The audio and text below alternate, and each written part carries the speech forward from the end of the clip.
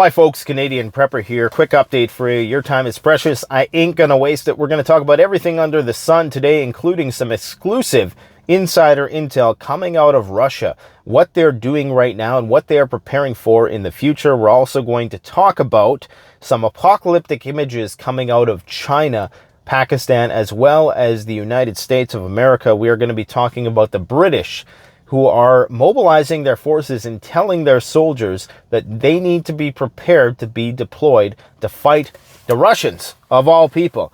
We're also going to be talking about rising commodity prices and Europe preparing for the civil unrest that awaits in light of record high inflation and food and energy shortages this winter. So let's just get right to it. Now, this information coming out of Russia is stuff that I have gotten first secondhand, so take it with a grain of salt, okay? First and secondhand information.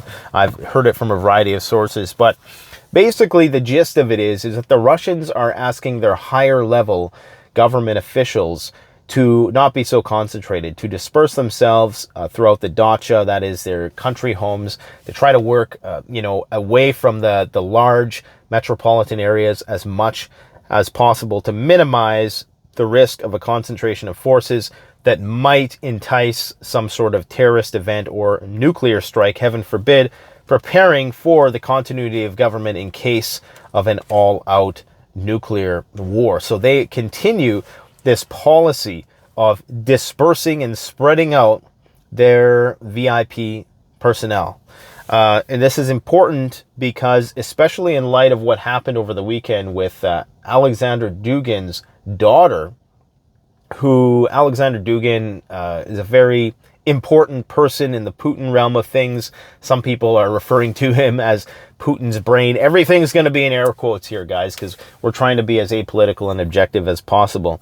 So Dugin's daughter was killed. Now, what this has prompted is a much more aggressive posture towards Ukraine. The interventionists are calling for a strike against decision-making centers. And the more events you have like this, the more it benefits the Russian war hawks agenda. Okay, so you need to understand that incidents like this only embolden the Russian interventionists even more. And Putin allegedly is a more moderate than a lot of other people within the Russian Duma who would like a full commitment of like a general mobilization of Russian forces and a full-scale declaration of war against Ukraine, of which Putin has refrained from doing so thus far for reasons, that are beyond me.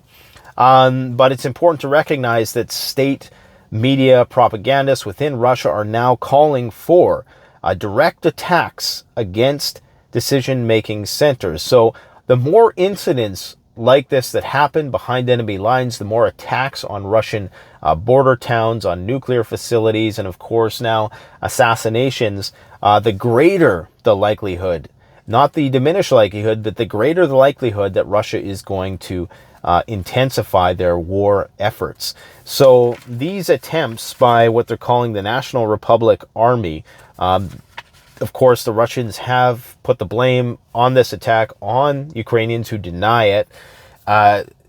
What this is going to have the effect of doing is only increasing Russian presence and involvement within Ukraine and possibly broadening their goals within that region outside of what they initially were within the Donbass in the south. A lot of people suspect now that there is going to be an attempt to take over a good chunk of the country, including, basically isolating Ukraine from the sea, creating a rump landlocked state. Now, with respect to what NATO is doing to prepare for this, this is a very, very perplexing story. Now, the UK is notorious for putting out some pretty wild, I don't want to say disinformation, but, some very sensational remarks with respect to the potential for war with Russia, we'll say. And you'll recall just in June, their new chief of the general staff, General Patrick Sanders, had suggested that the army needs to prepare for war with Russia. Well, now, Warrant Officer Paul Carney, he's considered the UK's top other-ranked soldier, has said that British troops must be ready to fight Russia and should prepare their families for the prospect of an extended deployment. Those are strong, strong words. Now, is that just a way to kind of get the attention of the Russians with the hopes of discouraging even more maneuvering into Ukraine by the Russians? Is this just, them trying to get the attention of Putin, saying, hey, we're ready to go in there? Or is this just a bluff? What is this all about? Because that's very serious, okay? And, especially in this current political climate, to commit to such a thing. And I have a sneaking suspicion that a lot of people in the UK are not wanting to go to war with the Russians. So this is a very bold move. I understand the military is supposed to be apolitical, and they're just being realists when they're talking about preparing for war with Russia. But this is a very serious escalation and is in line with everything we've been saying about how this war is likely to intensify. People always ask, why are you talking about this war so much? It doesn't really pertain to you. Well, sure it does. It pertains to global commodity prices. And of course, if NATO gets sucked into the war, there is a potential for a broader draft within NATO countries, because this thing could escalate into a full-blown global conventional war. Then, of course, there's the prospect of global nuclear war thereafter. So do not take your eye off the issue. Russia is actually trying to, now this is from a Ukrainian media source, so take it with a grain of salt. Again, we have to take it with a grain of salt. Every, media analysis of the other side, we need to take with a grain of salt. So in order to attract fresh recruits, Russian authorities are offering volunteers huge sums of money, plots of land, and even premium places for their children in Russian schools. But apparently, they're not actually honoring this when the soldiers come back. Now, again, take it for what it's worth. Recruiters have even been visiting Russian prisons to sign up inmates, promising them freedom and money. Now, this could be a little bit of projection based on what I know. Within Ukraine, there was prisoners who were actually pardoned if they agreed to go and fight. Again, grain of salt. You got your bag of salt? Okay, good. We already talked about the Russian propagandists demanding strikes on Ukrainian decision-making centers. The calls for this are getting louder and louder. So expect something like that soon. Russians are claiming that there was a chemical attack by Ukrainians at the nuclear facility. Talked about the Russian assassination. Now, we also need to talk about this climactic chaos going on around the world. Okay, so there were some scenes coming out of China. I'm going to post the video in the description section below. It really documents and shows some rare footage that you're not really seeing on a lot of legacy media of people scrambling to fight over ice, record surface temperatures being measured around the country, and just how they're coping with these blackouts and power outages that are a result of their hydroelectric capabilities being diminished due to record Yangtze River lows. And this river is so incredibly low. Like, they show you some before and after pictures, which are just jaw-dropping. Okay, it's mind-blowing what is going on right now. And conversely, there are scenes of flooding in Pakistan that look biblical. I mean, we're talking about one part of Pakistan received, get this, 450 times the amount of rain that they typically get within the month of August. And this is from a UN meteorologist or something like that. It's from an official source. 450 times the amount of rainfall. And so they are seeing apocalyptic flooding. We're seeing flooding in various parts of the United States that have just come out of a drought. And we talked about this last week, how you typically have this cycle of drought because the ground gets so dry, it can't absorb the moisture. And then, of course, because all that moisture is up in the atmosphere, there's a greater risk of these deluges happening.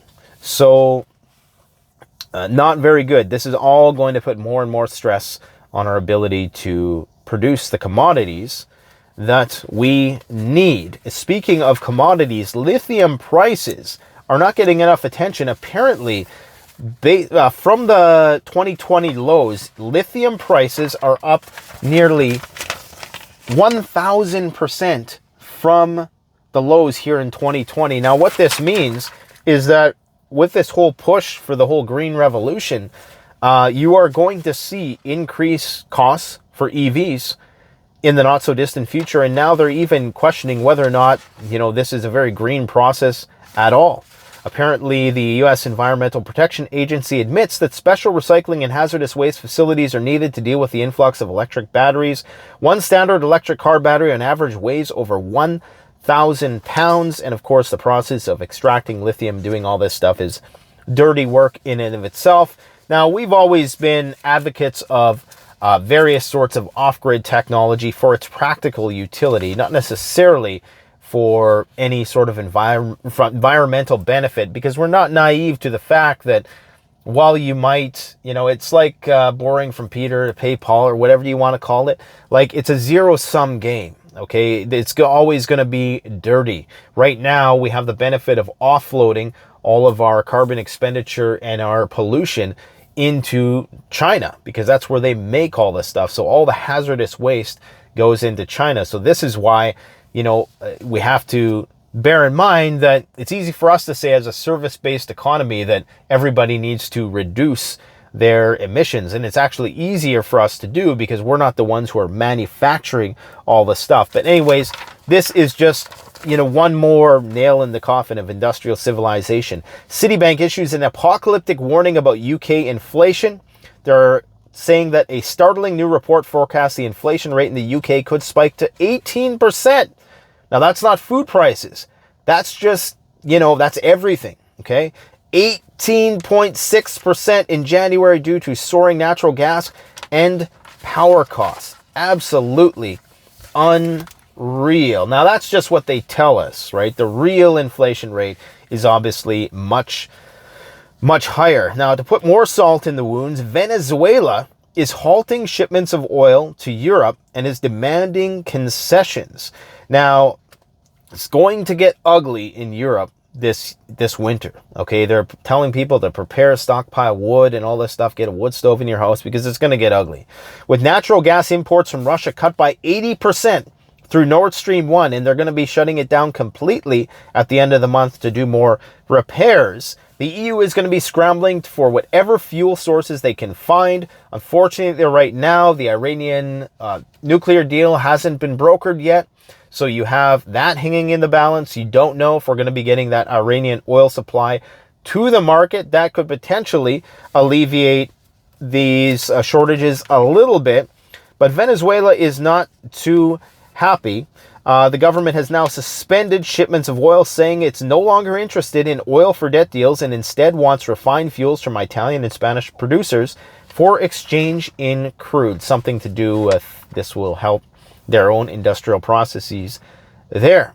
So things are not looking good. In fact, the Swiss of all people, probably one of the richest countries in the world, at least that's what I assumed, are warning that all bets are off if severe blackouts take place. Swiss people may revolt and resort to looting if the Alpine nation is hit by severe energy crunch this winter, the police chief of one of its cantons told local media on Saturday. Imagine, he says, Freddie Fazler, the head of security in the Justice Department in the canton of St. Gallen, has said that imagine you can no longer withdraw money from the ATM. You can no longer pay with the card in the store or refuel your tank at the gas station. Heating stops working. It's cold. Streets go dark. It is conceivable that the population would rebel or that there would be looting. And I guess if you're in a nation of more well-to-do people who are used to, living high on the hog, they might actually freak out even more because they have much farther to fall than, the lowly peasant class who is used to roughing it in the sticks, right? In the urban sticks. So, not good. London's mayor has sounded an alarm over a winter crisis. He said that the British government needs to step in so that people can meet their needs. You know, all these people who are saying we're not going to pay our energy bills. Well, where's the money going to come from? They're going to have to print more money in order to do this. That means more inflation, right? So that means that the prices are just going to keep getting higher. You can't get blood from a stone. And now, if they're trying to ratchet up the military spending, you know, where's that money going to come from? So, you know, I'm glad I live in Canada right now. Unfortunately, we still have that queen on our money, but that's another story. Gas shortages, freezing temperatures, firewood hoarding. Just how bad could things get this winter? Natural gas prices in Europe have quadrupled. Okay, firewood sellers in Germany are telling local media that they are barely coping with the demand. And the country is actually witnessing cases of wood theft. Now, they have banned wood imports from Russia and Belarus, along with other, you know, energy commodities, making it all the worse. So, you know, I hope everybody's got their wood stove. If you're lucky enough to be living in the sticks, this may be the year where you are vindicated. California is paying people to rip up their lawns. Now, I'm actually a proponent of this. I think that, you know, in the era that we're living in, having a green lawn is kind of useless, especially if you're living in one of these areas where 70%, like a drought-stricken area, where they're saying that 70% of water goes into people just watering their lawns. In the very least, you should be growing vegetables. You should be growing food. But they're now paying people per square foot, somewhere between $2 to $6 per square foot, to rip out their lawns, put in some kind of artificial turf or whatever the case. And, you know, honestly, I can understand why. Because, you know, if we're going to, you know, when it comes down to having a nice, pretty lawn or not dying of dehydration, then I think I'm going to choose not dying of dehydration. A German official has suggested this is their solution for the commodity shortage in light of the whole Russian situation and the droughts. They're saying they got a shower hack. Okay, this is the hack. Get a load of this. This is a very innovative way to do things. People can save a lot of money by using a washcloth instead of taking showers all the time. The head of the German state of Baden-Württemberg, Winfried Kretschmann, said in an interview on Friday, you don't have to shower all the time. There's the washcloth, after all, a useful invention. So take a look at your future, Germany. Global coffee prices are about to soar, according to the Wall Street Journal. This is due to a few bad harvests in Brazil, and it's expected that coffee prices are going to, they're already spiked 18% year over year, and they're expected to increase even more due to extreme weather in 2021. The expectation for this year's harvests are low, especially given surging costs of fertilizers and transport. This year's yields on some farms are expected to be down by 50%. So, Timmy's, expect a price increase on your Timmy's coming soon. Liquid natural gas prices all over the world are soaring due to growing demand. Russia remains the top oil supplier to China for 3 months in a row and increasing. According to an expert, a more serious coronavirus mutation may well emerge. So don't count COVID out yet. It could come back with a vengeance. They say North Korea is planning to deal a big blow to Biden. If you don't know, the Americans and the South Koreans are currently partaking. I don't know if they started them yet, but they're going to be doing these major military exercises, the biggest in a long time. And North Korea is not too happy about this. So they are going to likely do some sort of nuclear test, is what the experts are saying.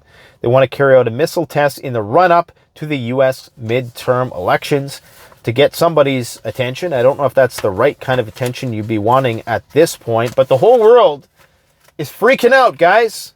So all the more reason to stay prepped. And once again, I want to send my condolences to the family of Dr. Peter Vincent Pry. If you didn't see my video that I made yesterday, we really wanted to get him back because that guy was just a wealth of information, a real unique and astute, a global analyst, military analyst, nuclear weapons expert. But I'm glad that we were able to get 3 or 4 hours of really good content with him, having him on the channel. Unfortunately, he passed away. He lost his battle with cancer. So please check out the video I did yesterday, which kind of summarized a lot of his thoughts that he discussed with me, and some of his warnings that he had for us that we need to prepare for. And go and check out some of those old interviews that I did with him. We got a lot of things coming up this week. We interviewed Peter Schiff over the weekend, and we're going to be releasing that video this week. He has some dire warnings for the market, which is once again turning quite red. It's getting quite bearish out there. Bitcoin took a big blow this last Friday, and things are not looking up. I think the reality is going to sink in about what's coming this winter. So, and you know, we're going to start hearing more talks about winter soon, because obviously we're approaching the end of August. So all the more reason to double in, if not triple down on your preparedness efforts. Thanks for watching, guys. Don't forget to like, comment, subscribe if you enjoy the video. Canadian Prepper out.